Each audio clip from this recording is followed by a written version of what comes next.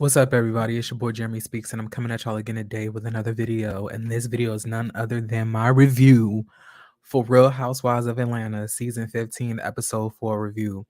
All right, y'all, listen. I can't tell y'all how disappointed I am in this episode. It was quite boring. It was quite, lackluster, uneventful, and just real just not a good, it wasn't a good episode. But before we really get into some things, we need to talk about something. Y'all. I got something to show y'all. Okay? And I gotta ask y'all a few questions. This man right here, matter of fact, let me see if I can go to something. Go to something a little bit more. This man right here. When are we going to address the elephant in the room? That this man is singly destroying all of the Black franchises of Real Housewives. He's the executive producer on Real Housewives of Potomac, and he's the executive producer this season for Real Housewives of Atlanta. I don't know how he got into this position. I don't know how he's doing what he's doing, but we're not liking it. We need somebody else. Or there needs to be some restructuring. There needs to be something going on, because the way that he's setting and structuring these reality shows, i.e. the Potomac and the Atlanta Housewives, we're not here for it. He likes to put people in the forefront who doesn't even deserve to be there. Like, why is Marlo, Sheree, and Courtney being pushed in our faces, and Sanya? Like, why? Why? What do they have to offer us besides nothing? And then if we go to Real Housewives of Potomac, we're getting Mia, Robin, and Giselle being pushed to the forefront, and we're seeing less of Karen, Candace, and Wendy. And this man is behind all of it. Like, how? Like, he's single-handedly destroying all of the shows. And I really do feel that if we got a new head of production and we got a new executive producer of the show, maybe a Black woman, somebody other than this man Eric, we would be in a better place as far as these reality shows. It's a reason why the Black reality shows on Bravo are at a steep decline right now. And I honestly believe it's not only due to the fact of them missing, key cast members, but I also believe it's him. And I'll talk to y'all more about why I feel like that later on in this episode of my review. Now, let me take him off the screen for now. So let's get it started here. What's up, y'all? It's your boy Jeremy Speaks. I'm really happy to see all y'all. Much love to everybody. So last week we remember that we left off with Marlo completely blacking out on Drew Sidora for no reason, because Drew Sidora decided not to use the words, and she decided to, use the word incident instead to talk about what happened at the Blaze incident with Melvin. But Marlo decided to get up, yell at her, try to connect this somehow to her nephew's passing, which is quite disgusting. And she's proceeded to walk out and storm out, like leaving all of us confused and all of us trying to understand what is going on and how did we get here. But we're going to move on from that because that's the past episode. Now we're here. Now we're at Monyetta and Kenya practicing for the halftime show. Kenya, I love you, sis. You were like my top two, and you ain't number two favorite housewife of all time. But this booty. It's about time we address the elephant in the room, and the elephant is them cheeks. It's about time that we address it. Like Kenya was practicing, and in these tights, sis, Kenya ass looked like a Subaru 5-star safety rating airbag, like on legs. Like it looked quite odd to look at, honestly. And I don't know, maybe you can go on an off season and try to get it, reduced or deduced or subtracted or divided up, to become a little bit more palatable to look at.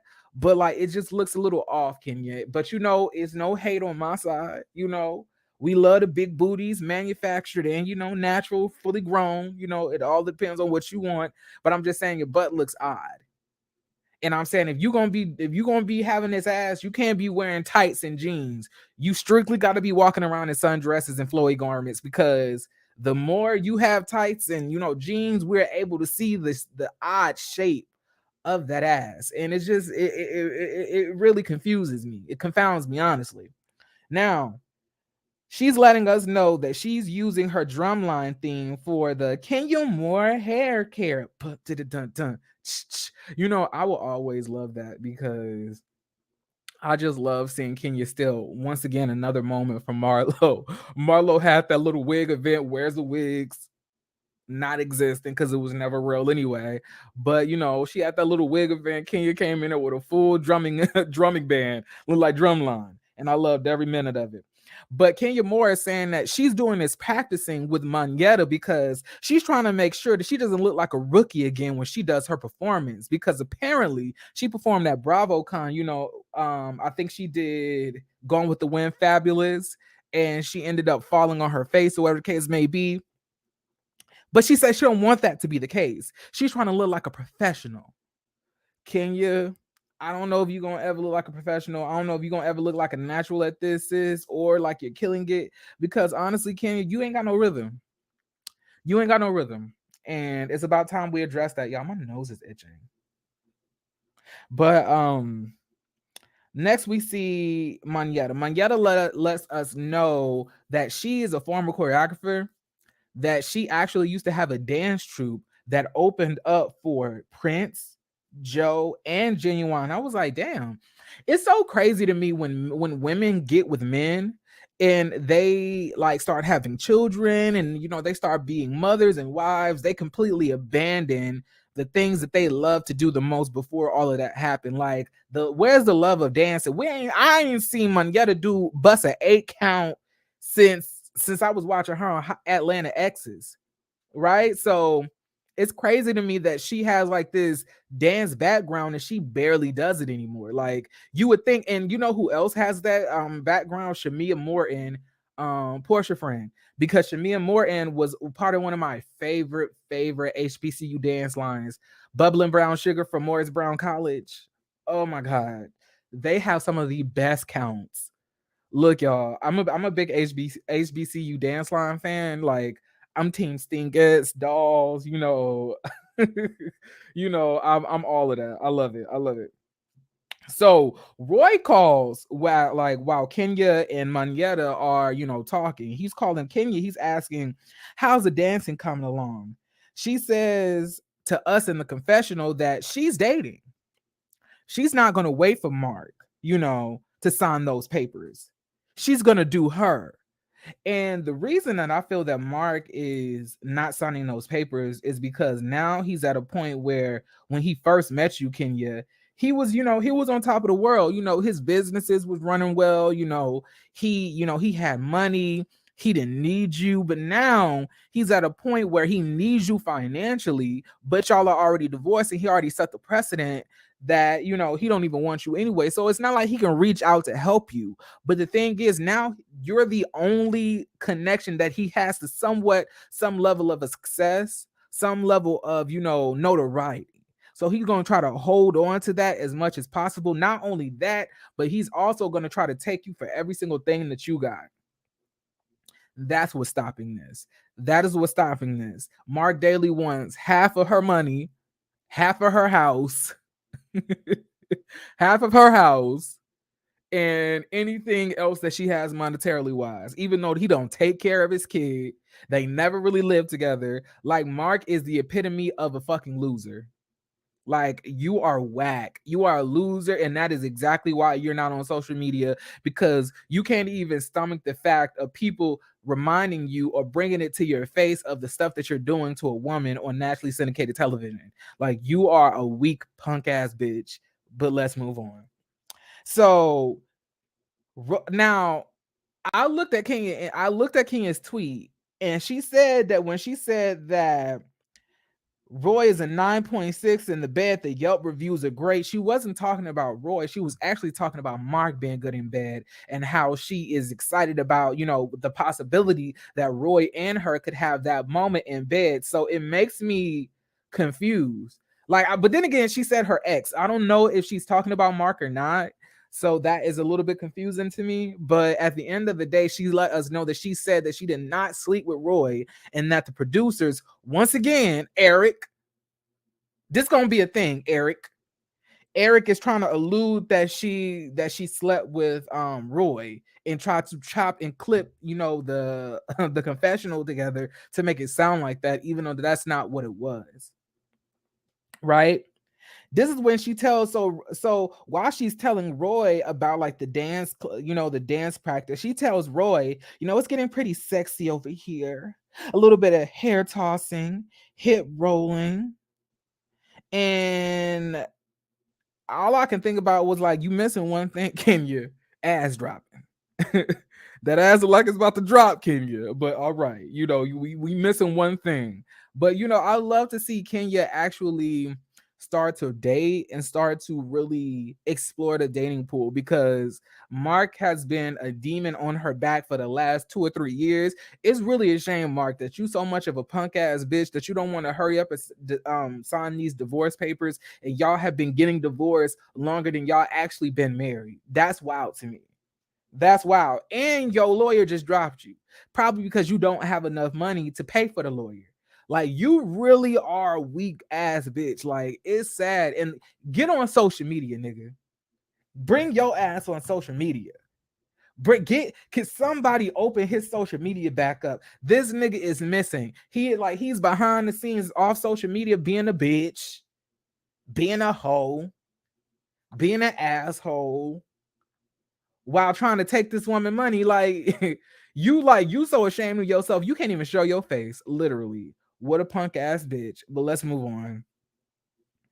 So she's saying, Roy, this is all, she's like, this is all just making me miss you. Oh my God, yes. And then she takes the phone and she's just rubbing her titties on the phone. And he's up there like, oh yeah, I love it when you rub those titties on the phone like that. And I'm just like, this is getting a little bit X-rated, huh?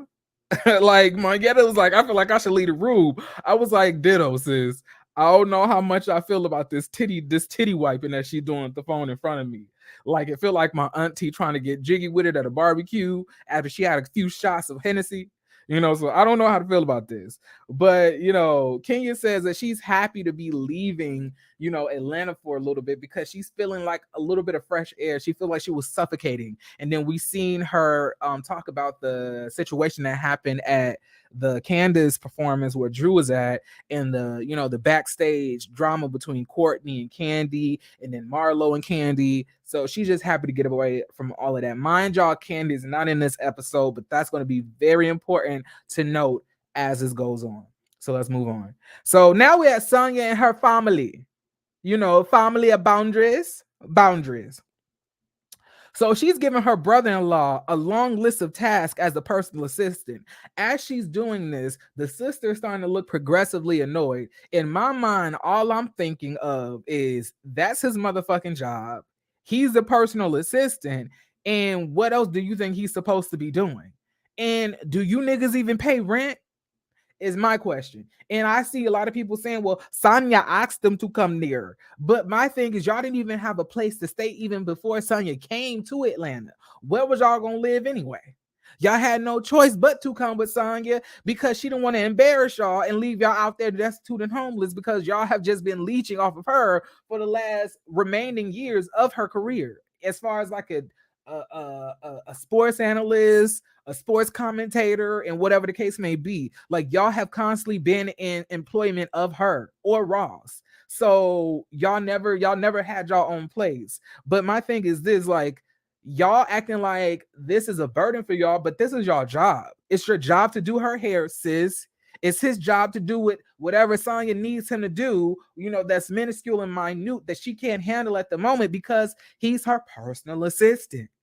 And this is why you don't get family to do shit for you like this, because they blur the lines and they kind of get entitled to things.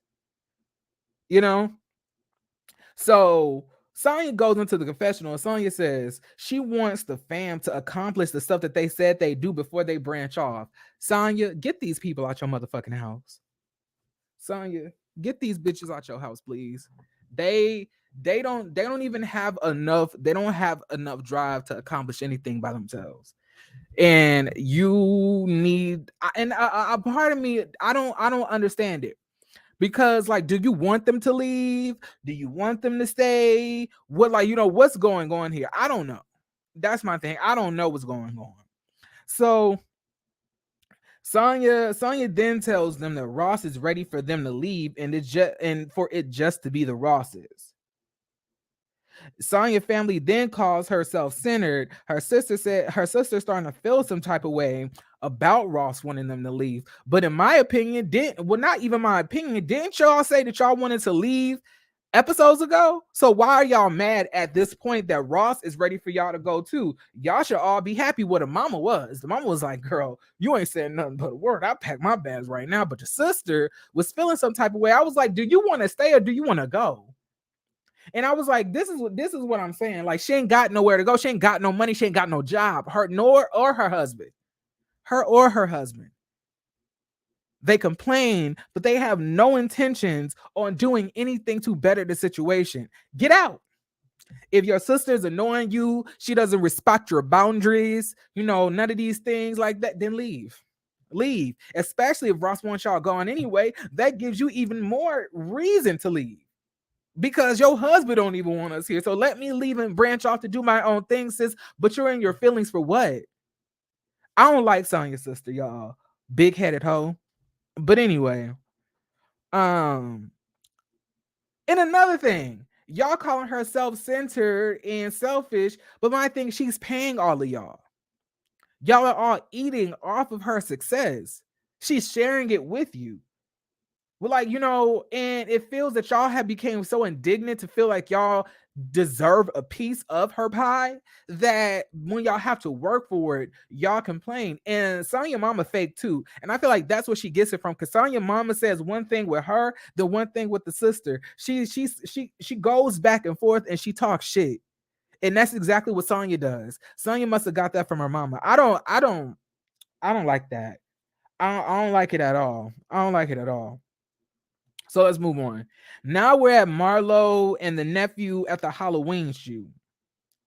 Marlo says, years ago, I got in trouble and my right to bear arms were taken. You mean you slashed somebody in the face allegedly, and then you caught it like a class A or class B felony? And then you did more felonious activities after that and got a long rap sheet of felonies and misdemeanors to where now you're a convicted felon and you can't, have a firearm. But she says that after her house was broken into, she feels vulnerable, and thank God I have Courtney in my life. Courtney helped me get in contact with somebody who can help me expunge my record. And all I could think about was like, you have a whole lawyer. Your lawyer had no idea about you being able to expunge your record. Who is this man? Who is this uncle from somebody's Kojic Baptist church that they hired to say that they was Marlo's lawyer? If you have a whole lawyer, Marlo, why do you have to go to Courtney to try to get help to get your record expunged. And then she goes on to say, y'all, which is the wildest shit I've ever heard in my life. She says, Candy says she helps everybody, but she never helped me get my record expunged. Then Courtney is calling herself Olivia Pope. First of all, it's Olivia Nope. Sis, Olivia Pope neck don't sag into her decolletage. Olivia don't have a face that sag like, she ain't got all of that.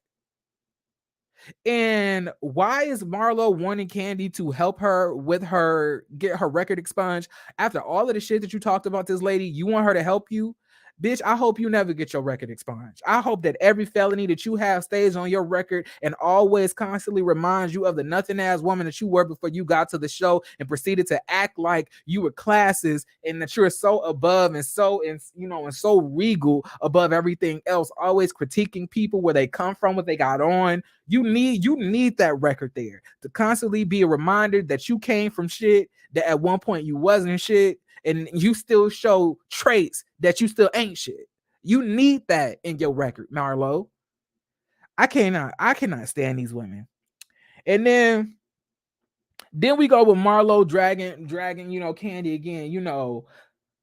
Courtney comes in, and then this is when Marlo basically says, Courtney, well, what would you have done if, you knew my nephew would have died? Courtney says, well, I would have, I would have told you I'm very sorry, and I would have asked you how much do you need me, and in what way can I help? I said, well, that's because you a thirsty ass bitch who's trying to get on the show, Courtney. You're not somebody who's been antagonized by Marlo for the last 3 to 4 years. Like, why do you expect anything from Candy? And that lets me know that you really are a nothing ass bitch, because you've been cool with Candy before this. Y'all literally done scenes together. Last season, you didn't bring any of this stuff up. And for you to use the death of your nephew, of a family member, to create a storyline for yourself and try to paint yourself out to be a victim, lets me know that you really are disgusting and a dirty ass piece of shit on the inside. Like, how disgusting can you fucking be? Like, you literally are the epitome of dumpster juice, and it literally sickens me to look at you, like, to listen to you. And Courtney, y'all, Courtney gonna say, well, first, let me go in order. So she says, she wanted Candy to do more about the death of her nephew. I was like, what did you want her to do? Besides tell you I'm sorry. Besides tell you, girl, I'm sorry to hear that. What did you want her to pay for the funeral? Girl, you got more money, right? Why can't you pay? Why can't you pay for the funeral? Like, I don't understand. She wanted Kenny to pay for the funeral, send flowers, send free OLG plates. Girl, what? And then you lied about this man being shot, who shot your nephew, like him meeting him at OLG. He never met that man at OLG. He never worked there.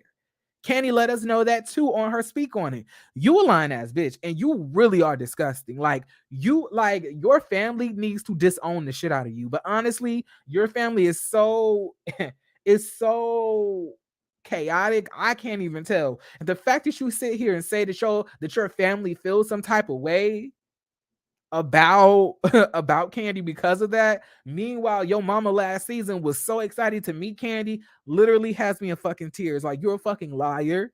Yo shit never adds up, and you a weird ass bitch. Anyway, so then she gonna say, why does Candy keep having shootings? We have to ask questions to find out. Courtney says it's probably the company that she brings in. Courtney, I'm gonna need you to back the fuck up. Like, sis, your face is too saggy and old looking for this. You are a walking read, and so is that nigga Bryce from Groove Theory, who used to be cute 25 years previously. So at the end of the day, man, I'm gonna need you to get up off Kenny, because you don't even know her like that. This is your second time alluding that she's bringing in hood people, or whatever the case may be, even though you're claiming that you came from the hood. Like, y'all, I don't like these girls. I don't like them. Sheree's at appointment for her fibroids, y'all. She's having heavy bleeding after menopause. But they gave her two options. We can either, shrink the fibroids, and try to get them removed, or we can remove the whole uterus. She says that she don't want the whole uterus removed because, that means that she'll have to stop 6 weeks of exercise and sex. First of all, like, you're putting sex and exercise before your health. So for you to get rid of these fibroids, if they remove your uterus, you're like in your 50s. You ain't about trying to make no more kids. You're 53. And you don't want to have that done because you want to have sex and you don't want to stop exercising for just 6 weeks. So sex and exercise for 6 weeks is above your life and your health.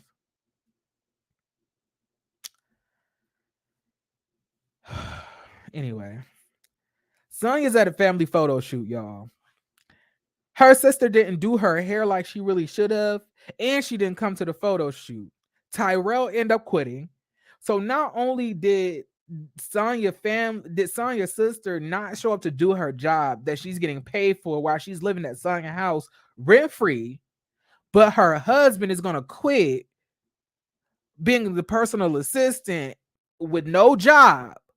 What other job does he have? What other job does he have? So now they living in your house rent free, not contributing anything monetarily now because your sister ain't showing up to do the things that she needs to do because she mad because Ross wants her to leave, even though the bitch said she wanted to leave. I'm still confused.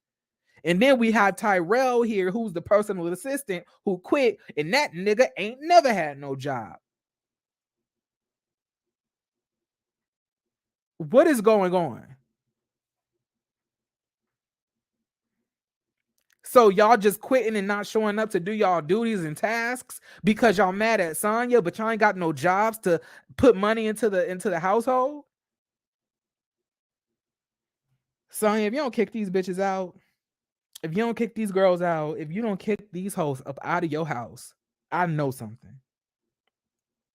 So she asked her family to come to Atlanta to grow together, but they are ungrateful. The dad says, it feels like she's trying to give and give and give, but they're not appreciative of it. And then the dad says, "Will Sanya, I will pick the mangoes off the tree. I will cook the beef patties. I will tell Ariel how to get from under the sea. I will, create a dancehall track with Spice and, Lady Saw. Anything that you need from me, Sanya, I am here for you." And then the mama's also echoing that statement, talking about, well, I did notice Tyrell was not, being that responsive on emails. Wasn't you just echoing the same bullshit that her sister was in the confessional? You need to pick a side, ma'am. And you need to stop pitting your children against each other. I don't like Sonya dad cool, but the rest of y'all, I can't see it for y'all. But honestly, Sonya mom is so pretty to me. Sonya mom is beautiful. Her mama is gorgeous, y'all, and they both look just like her. Like Sonya mama is literally, she's aging very well. I like her personality though. I just don't like how she's interacting with her kids. But anyway, we see Kenya in a scene. She told her assistant to get here, hurry. And I saw that they were chopping different parts of this up to make it seem like she was talking to her assistant crazy. But yeah, I didn't understand. So I don't know if they were trying to make it seem that Kenya was acting weird because she wanted to know the assistant's whereabouts at all times while she's out there in Alabama. And people are online talking about why she need to know her, why does she have to turn on her location? First of all, I'm gonna need you at any point. You're coming out here on my dime. I'm bringing you out here. Not only that, I need to make sure I know where you're at and that you're safe. Excuse me, that you're safe first and foremost, because you're an employee of mine. And I can't be putting you out here in any dangerous predicaments. So turn that location on and make sure that you're always available so you can take care of this damn child. So I don't know what everybody was talking about. So Kenya and the girls get ready to head to Alabama. They are meeting up, but waiting for Drew. So Kenya asks, like, so has anybody texted Drew? She texted, the girls and asked them. They all say no. And then she asks, while they're all in the van now, she asks the Courtney lady, like, well, have you talked to her? Because you are her cousin or something, right? Like, or are you like her second, third? And then Courtney gonna have the nerve to say she don't know. I was like, you don't know? And then Kenya said something that I was thinking in my mind. Kenya said, well, you need to know if you claiming that you somebody's husband's cousin, and you claiming that you're related. Like, how are you related to him? And that's what I could, like, are you, how did you even become, how did y'all even know that y'all were related? Is my question. Like, how did y'all even have this conversation? How did y'all even come to this conclusion from meeting? Like, how did we get here? We need to delve deeper into that, because it's something about, Courtney that I don't trust. I don't trust her. I don't trust anything that Courtney has to say. But let's continue. So it's homecoming weekend, one of the biggest events in Alabama.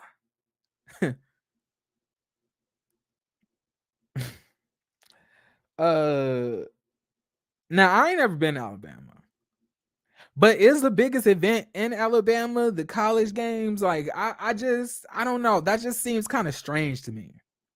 Like, that's the biggest thing out there. But all right, I didn't go to an HBCU, so I don't understand that culture like that. I'm a huge fan of HBCU culture. I feel like it's a part of mine as well because I am Black. But I did go to a PWI. I wanted to go to the HBCUs out here, but the way that their tuition was set up, I wasn't paying all of that in state. I wasn't doing that. I was like, I'll go to the PWI. Look, I'm not like, sorry, Hampton University. I can't do that. But anyway, so we're going to go to a dance class before we go to our hotel check-in. So they go to the dance, the dance foundation. Niall, who is one of, he's so fine. He is somebody who I love to watch. He dances. He teaches a lot of majorette dances, and he teaches a lot of ballet and jazz to different, the different collegiate teams and different like children and stuff like that. And he basically taught them. We also saw Kayla Gorton, who was the former captain of the J sets, helping teach them. And then we go to a buck off. So the person who wins the buck off gets to get the biggest room. So they all go against each other. We have Sanya, Sheree, Marlo against Courtney, Monyetta. Who else was there? Sheree. Or did I already say Sheree? Or Sanya? Okay, but at the end of all of that, Sheree won, but she looked the most stiffest, in my opinion. I thought that Sanya won. Sanya looked like she was doing it. Sanya looked like she was doing the bucking and everything else like that. But Sheree won, and I just really want Kenya to really. I don't know if it's because Brooklyn has, made her such a kind human being nowadays. But I just really want her to come to the realization that Sheree is not her friend. So she don't need to do Sheree any favors. It is so annoying. Like, I really despise watching her be kind to Sheree because Sheree ain't shit. She not. And then Sheree gonna say that Kenya a stunt queen and that she's noting she got some stuff playing. I was like, Sheree, if anybody's a stunt queen, is you. Stunt queen is literally causing stunts that end up resulting into nothing. That's literally you. You had 15 years to build your house, and honestly, we still don't even know if it's fully done yet. She bought Sheree. You trying to charge over $279 for a Shein outfit, which is a fucking stunt. You got Martell from Love and Marriage Huntsville acting like he's your man. Fucking stunt. Like, everything about you is a stunt queen. It's so weird that Sheree be labeling other bitches shit that she herself is. I cannot stand Sheree either, y'all. I don't like her. I don't like her. They also asked Courtney if she's in a relationship. She says it's complicated, meaning that her old ass is still fucking on Bryce. Then we also bring up, y'all, that Kenya ate booty before. Now I can't judge anybody for eating a little ass. Like, if anything, I can't judge nobody. But I just think this is a very odd conversation to have, like, on nationally syndicated television. Like, I don't know how this even got brought up. Sanya was bringing up that future baby mama was up there like, well, when I ate your ass or whatever the case may be. But I'm just saying, like, we need to stop acting like, women ain't out here eating ass. Like, women out here proudly eating ass, y'all. I don't know if y'all know this, but women are out here proudly putting their face in cakes. Like, and I ain't talking about other female cakes. I'm talking about niggas cakes. Like, they are out here throwing these niggas' legs to the moon. Okay, so let's stop acting like that's not a thing. Let's stop acting like we're so, oh my God, because most of you hoes, especially Marlo, probably ate a little bit of booty, a lot of bit of booty. Especially Marlo. Because we all know that she's real known for doing something strange for a little piece of change. But I'll move on. So now, they go to eat. Courtney Mann calls her, right? And they all, say hi to each other, and she says, yeah, so my husband is my baby's father is Bryce. And then Kenya says, the only Bryce I know is from like this group, like this three person, band back in the day. And she says, yeah, that's probably him. And she was like, oh, I actually did a movie with him and we had a sex scene together. And then she keeps on bringing up the movie Troy. Like, them Troy movies, y'all, was so bad.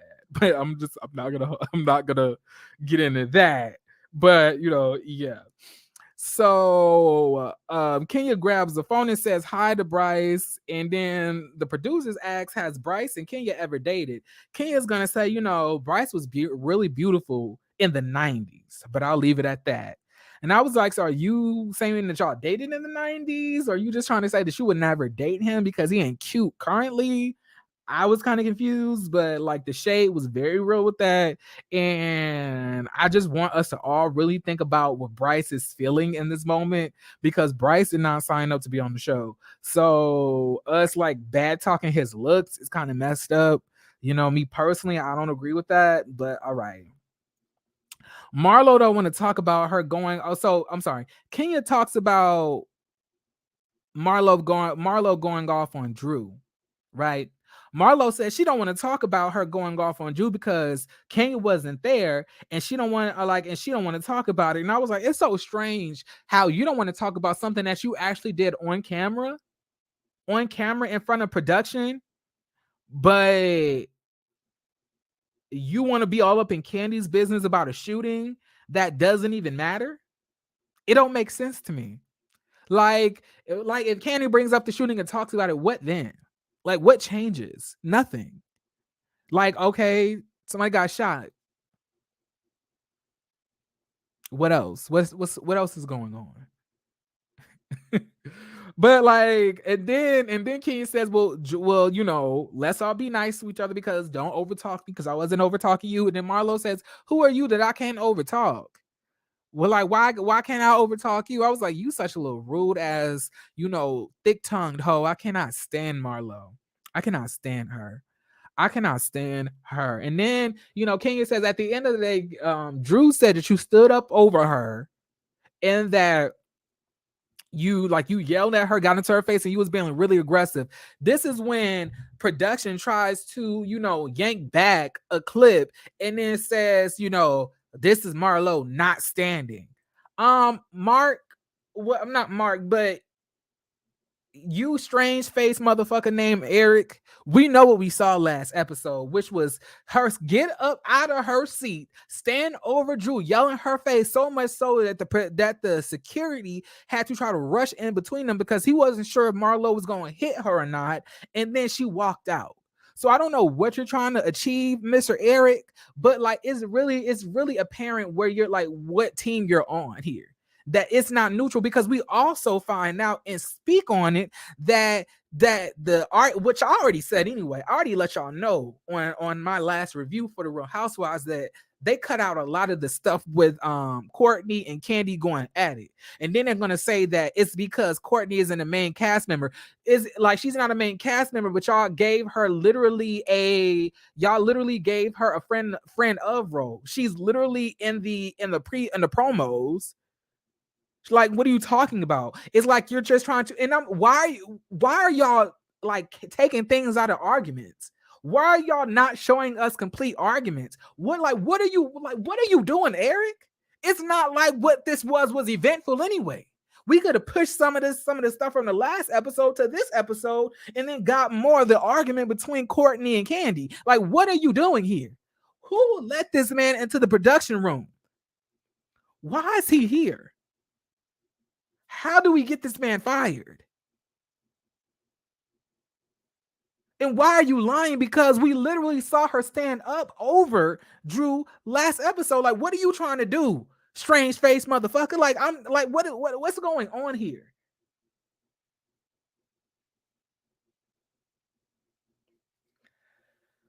Eric done made me fucking mad, y'all. I cannot stand this nigga. I don't know who he is. I can't, but I just know he's in charge of all of this shit. And anything that I don't like with production, bitch, I'ma blame it on you, Eric. While you sitting there with fucking Sheree, while she makes up fucking storylines about fucking niggas who don't take care of their kids in Alabama. Bitch ass niggas. Anyway, let's continue. So this is what, this is when her and, Marlo go at it. Marlo don't want to talk about what happened last episode, of course. And that just seems very hypocritical because you want Candy to talk about a shooting. All right. This is when Kenya says you can put a lipstick on a pig, but it's still Marlo Hampton. I fucking died. That was hilarious. That's the shade that I've been missing. I'm gonna need more of that. And I also have it in my notes that Eric is single-handedly destroying all of the Black Real Housewives franchises one by one. He's just destroying them. Regardless if he's like putting in lies, not being forthcoming about information, regardless with the cast, cutting out very good arguments. I believe that I can't say that. I don't think that's true as well. But I think that he also has some part in the SWV escape thing. And it was a lot of shit that was apparently cut out of there too. So I don't know.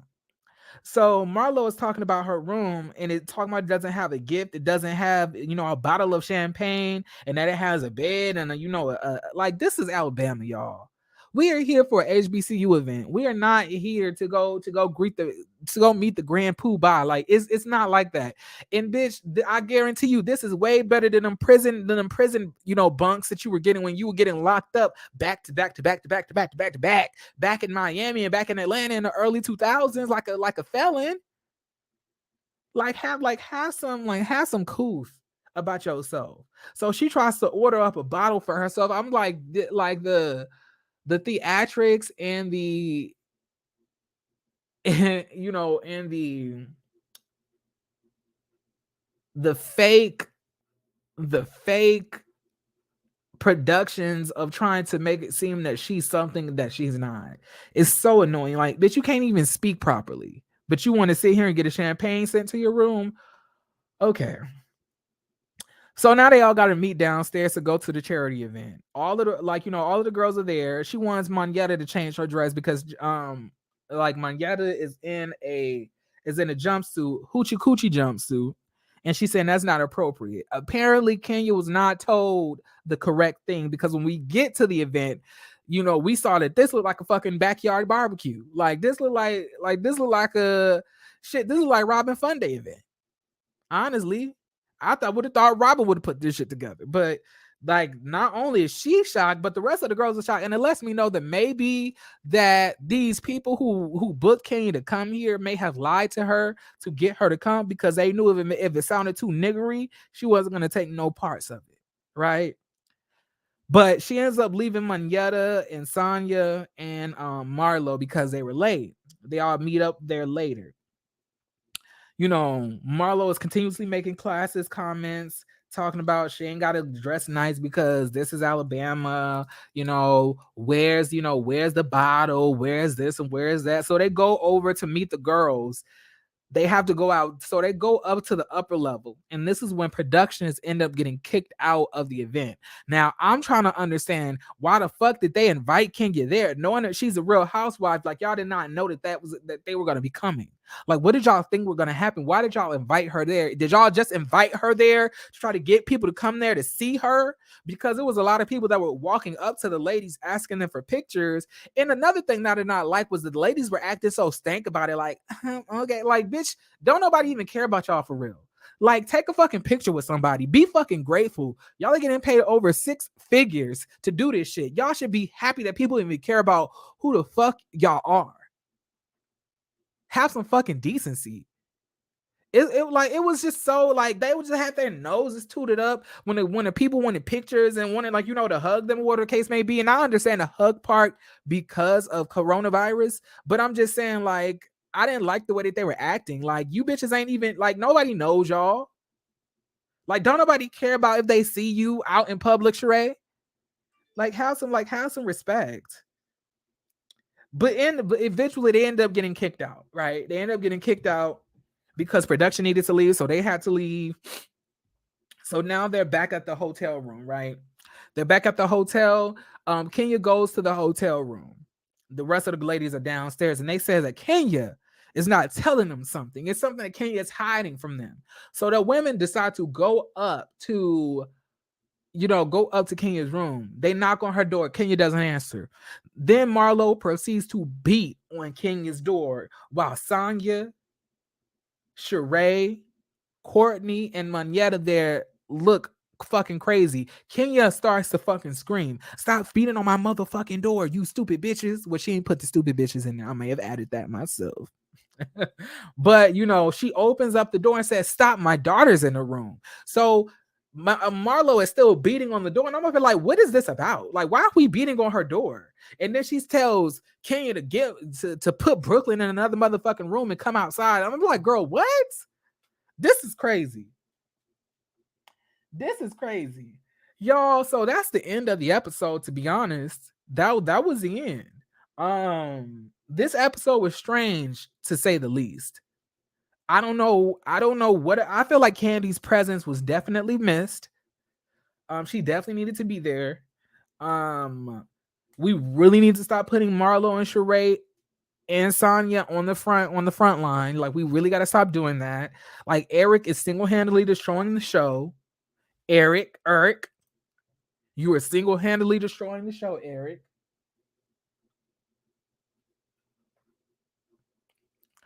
All right, y'all. But yeah, I love every single one of y'all. That concludes my review, and I thank y'all so much for watching. What else I gotta say? Oh yeah, understand that you are loved, that you are important, that you are meant to be here, that you have a purpose on this earth. Okay, God made you perfectly, and you are meant to be here. And if nobody ever told you, I love you. And if y'all need a hug, here y'all go. I hope y'all felt that, because I know I did. And I hope you guys have a beautiful, beautiful rest of y'all day. And I plan on doing the same, y'all. Peace.